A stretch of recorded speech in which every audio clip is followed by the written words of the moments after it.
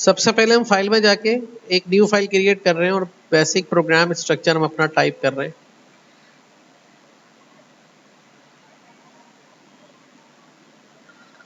और basic programme structure type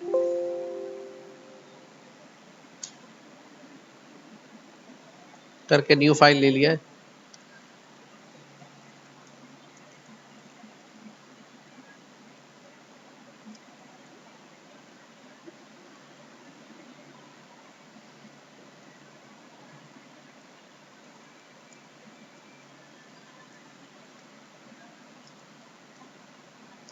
देखिए सबसे पहले अभी हमारा प्रोग्राम रेडी है।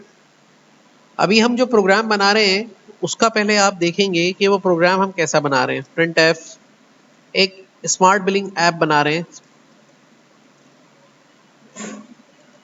और यहाँ पर हम उसका सेट कर रहे हैं, कुछ वेरिएबल ले रहे हैं, इंटीजर करके लॉन्ग इंटीजर करके एक वेरिएबल ले रहे हैं।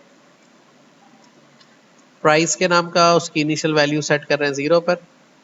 फिर एक लॉन्ग इंटीजर वेरिएबल ले रहे हैं क्वांटिटी का नाम का और उसकी इनिशियल वैल्यू सेट कर रहे हैं 0 पर। एक और लॉन्ग इंटीजर टाइप का वेरिएबल ले रहे हैं टोटल के नाम का, उसकी भी इनिशियल वैल्यू सेट कर रहे हैं 0 पर। फिर यहाँ पे प्रिंट एफ करके एक मैसेज दिखा रहे हैं न्यू लाइन के ऊपर के इंटर प्राइस और यहाँ स्पेस देके यहाँ पे लगा रहे हैं। फिर एक और मैसेज दिखा रहे हैं इंटर क्वांटिटी, तो यहाँ पर भी इस तरह दिखा रहे हैं। फिर प्रिंट एफ करके इसका आउटपुट बना रहे हैं, यहाँ पे ले रहे हैं प्राइस की वैल्यू के आगे %ELD लगा के प्राइस के वेरिएबल का आउटपुट ले रहे हैं। फिर प्राइस का आगे लगा रहे हैं क्वांटिटी की आउटपुट ले रहे हैं वेरिएबल का %LD लगा के। %LD लॉन्ग इंटीजर वेरिएबल का क्या है, फॉर्मेट स्पेसिफायर है, तो यहाँ पे आएगा। फिर प्रिंट एफ करके इसका टोटल ले रहे हैं।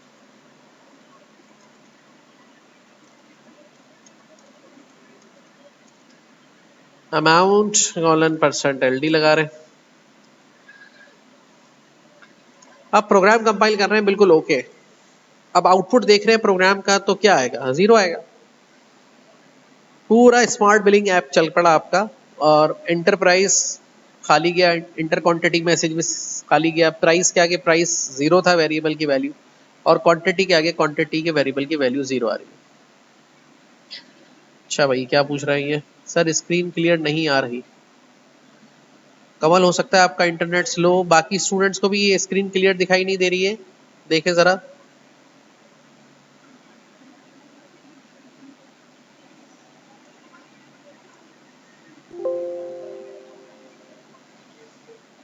तो ये देखिए ये आपका कंपाइलर जो है इस तरह का आउटपुट दे रहा है। अब हम अगर रन करते हैं प्रोग्राम को तो रन करने में प्रोग्राम कुछ इस तरह से आउटपुट दिखाता है। मुझे इसके दरमियान में एक प्रोसेस बनाना है। प्रोसेस कैसे बनाएंगे, ये आउटपुट से पहले यहाँ एक प्रोसेस बनाएंगे। यहाँ लिख रहे हैं हम कि टोटल असाइनमेंट प्राइस वाले वैल्यू को वेरिएबल को क्वांटिटी से मल्टीप्लाई करो और जो भी प्राइस की वैल्यू दिखा दे। तो यहाँ पर अभी भी 0 ही आ रहा है। तो यहाँ पर हम जाके जैसी वैल्यू को अपडेट करते हैं 100 और यहाँ पे कर देते हैं 10 और फिर कंपाइल करते हैं प्रोग्राम को, रन करते हैं, तो आप देखेंगे नीचे आउटपुट में प्राइस की जगह पे 100 लिखा हुआ आ गया और क्वांटिटी की जगह पे 10 लिखा हुआ गया और इनका जो प्रोसेस था 10 × 10 100 × 10 आंसर आ गया 1000। अब क्या होता है कि जब भी हमें इसको अपडेट करना है प्रोग्राम को तो हमें यहाँ आना है और यहाँ पर हमें वैल्यू को चेंज करना है और फिर प्रोग्राम को कंपाइल करना है, फिर रन करना है, तो वो वहाँ पे हमें प्रोसेस में आंसर डिफरेंट दिखा देता है। मैं ये चाह रहा हूँ कि ये यहीं पर ही जब ये प्रोग्राम चल रहा है इसी दौरान में मुझसे एंटर प्राइस के आगे प्राइस का इनपुट मांगे और जो मैं इनपुट डालूँ वो प्राइस के वेरिएबल में सेट कर दे और क्वांटिटी या इंटर क्वांटिटी लिखा हुआ है वहाँ पे क्वांटिटी का इनपुट मांगे और जो क्वांटिटी लिखी हुई है वो क्वांटिटी पे सेट कर दे और नीचे उसका टोटल करके मुझे दिखा दे। ये फीचर प्रोग्राम में अभी हमारे ऐड नहीं है। इस फीचर को हम कहते हैं यूजर इनपुट, यानी कि प्रोग्राम चलने के दौरान यूजर का इनपुट कैसे लिया जाए। तो मैं चाह रहा हूं कि इस मैसेज के बाद यूजर का इनपुट लिया जाए।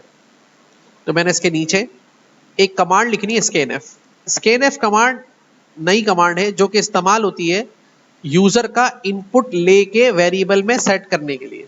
मतलब ये स्कैनएफ का कमांड क्या करेगा, अभी प्रोग्राम चलाऊंगा तो मुझे कहेगा कि प्राइस की वैल्यू डालो तो जो भी वैल्यू मैं सेट करूंगा वो ले जाके प्राइस के वेरिएबल में सेट कर देगा। तो और यहां पर मैं प्राइस की वैल्यू को कर दूंगा 0, यानी कि जब मेरा प्रोग्राम चलेगा तो प्राइस, टोटल और क्वांटिटी की वैल्यू 0 होगी, और यहां पर पहुंच के वो प्रोग्राम आगे नहीं जाएगा, यहां बोलेगा कि प्राइस की वैल्यू डालो। जो मैं वैल्यू डालूंगा तो प्राइस पे सेट हो जाएगी। चलो चेक करते हैं कंपाइल ऐसा हो रहा है नहीं हो रहा है। तो ये देखें, अब मेरा प्रोग्राम एंटर प्राइस पे रुक गया और उसके आगे प्रोग्राम चला ही नहीं। स्कैनफ फंक्शन 3 काम कर रहा है। एक तो प्रोग्राम को पास कर दिया, दूसरा एंटर करने के लिए कह रहा है वैल्यू, तीसरा जो वैल्यू मैं डालूंगा वो प्राइस के वेरिएबल में सेट कर देगा। सपोज 400 मैंने प्राइस डाली, एंटर करने पे आप देख सकते हैं आउटपुट पे प्राइस की वैल्यू 400 आई है। मैं दोबारा प्रोग्राम को रन करता हूं और अब मैं 300 डालूंगा, तो अब देखिए प्राइस की वैल्यू 300 आई है। ये एग्जैक्ट ऐसा हो गया कि जो इनपुट यहां आएगा वही यहां पे आउटपुट पे आ जाएगा और वही यहां पे प्रोसेस पे हो जाएगा। यहां पर क्वांटिटी के लिए भी हम यही कमांड एक दफा फिर से लिख देते हैं, स्कैनफ। तरीकेकार इसका ये है स्कैनफ, और फिर फॉर्मेट स्पेसिफायर। लॉन्ग इंटीजर है तो %LD, इंटीजर है तो %D, फ्लोट है तो %F लगा के आगे आप लिखेंगे double quotes comma, address operator में जाके लिखेंगे QNDY, दूसरे वेरिएबल का नाम, एंड कंपाइल।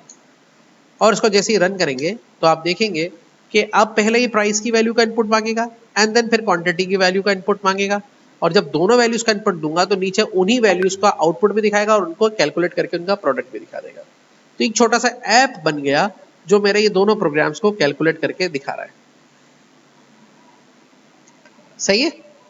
अब आगे डिस्काउंट कैलकुलेट करना है तो कैसे करेंगे?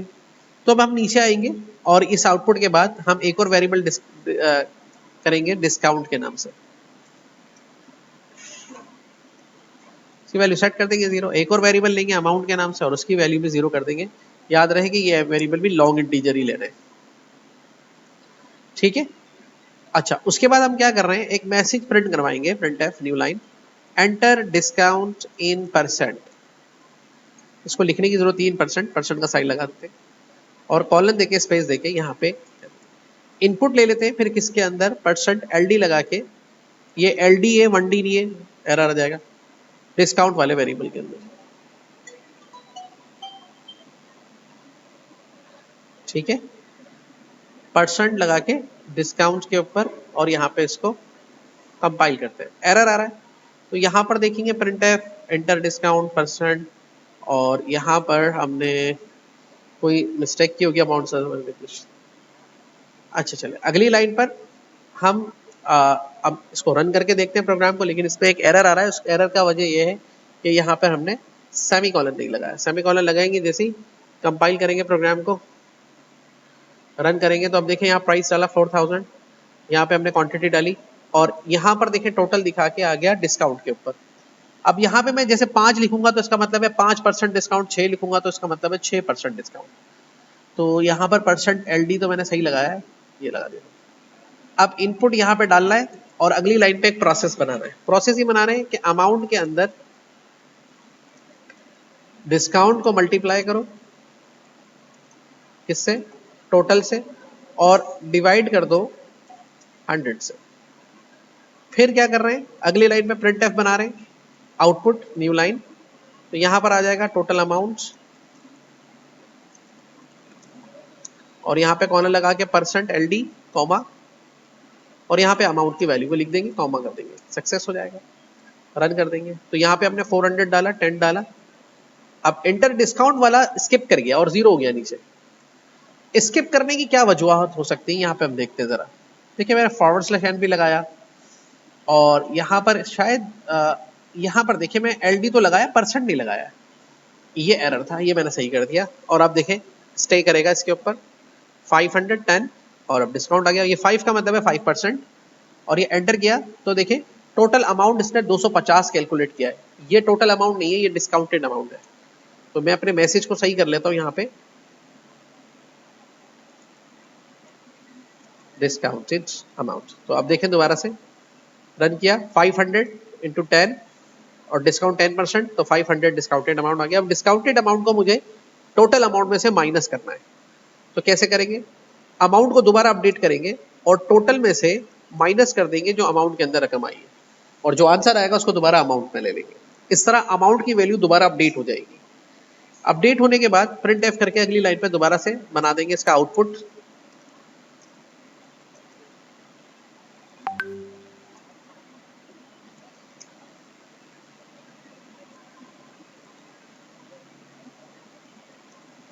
कंपाइल एंड रन कर देंगे प्रोग्राम को। तो अब देखिए यहाँ पे हम जो भी वैल्यू डालेंगे,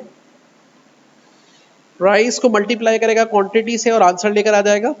फिर जो भी हम इसको डिस्काउंट करना चाह रहे हैं लिखेंगे, उतना % डिस्काउंट का अमाउंट बनाएगा और उसमें से माइनस करके नेट अमाउंट हमें दिखा देगा। तो ये एक छोटा सा ऐप बन गया जो हमें प्राइस और टोटल को क्वांटिटी कर रहा है, और जो वैल्यू हम डाल रहे हैं 2 3 4 5 6 8 10 उतना % डिस्काउंट अमाउंट के ऊपर कैलकुलेट करके माइनस करके हमें दिखा रहा है।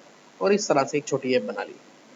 इसमें आज के प्रोग्राम में नई चीज सीखने के लिए ये थी कि किस तरह हम अपने प्रोग्राम को इनपुट पर सेट कर सकते हैं बाय यूजिंग स्कैनएफ फंक्शन। ये स्कैनएफ फंक्शन मोस्टली इंटीजर्स का इनपुट लेने के लिए इस्तेमाल होता है, integer, long integer, float values का, और ये यहाँ पे हमने इनको यूज करना सीखा। तो मैंने 3 जगह पे इनपुट लिया स्कैनएफ करके, एक डिस्काउंट पर और 2 दफा प्राइस एंड क्वांटिटी पर। अच्छा, ये याद रखिएगा प्रोग्राम को जब भी आप रन करेंगे, और आपका प्रोग्राम जहां स्कैनएफ लगा होगा वहां से आगे नहीं जाएगा जब तक कि आप इसको कोई वैल्यू पास नहीं करते। आप कोई इसको वैल्यू पास करेंगे तो ये अगला आगे जाएगा, फिर आपसे कहेगा दूसरी वैल्यू पास करेंगे तो फिर आपको इसको आप प्रोसेस करके दिखाएगा, फिर आपसे कहेगा तीसरी वैल्यू पास करें तो फिर ये आपको उसका करके बताएगा। यानी कि 3 दफा आपका प्रोग्राम इनपुट मांग रहा है और तीनों दफा इनपुट के ऊपर प्रोसेस करके आपको आउटपुट प्रेजेंट कर रहा है। ठीक है, तो इसको करके देख लें ताकि आपको समझ में आ जाए। फाइल में भेज रहा हूं आपको।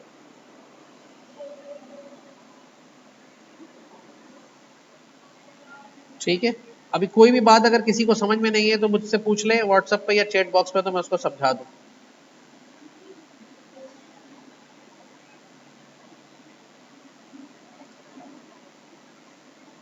कोई भी सवाल पूछ ले चैट बॉक्स में या व्हाट्सएप पे। हाँ, नहीं सर, नहीं समझ में आ गया। ठीक है, फिर ये इसकी वीडियो और ये दोनों चीजें मैं आपको भेज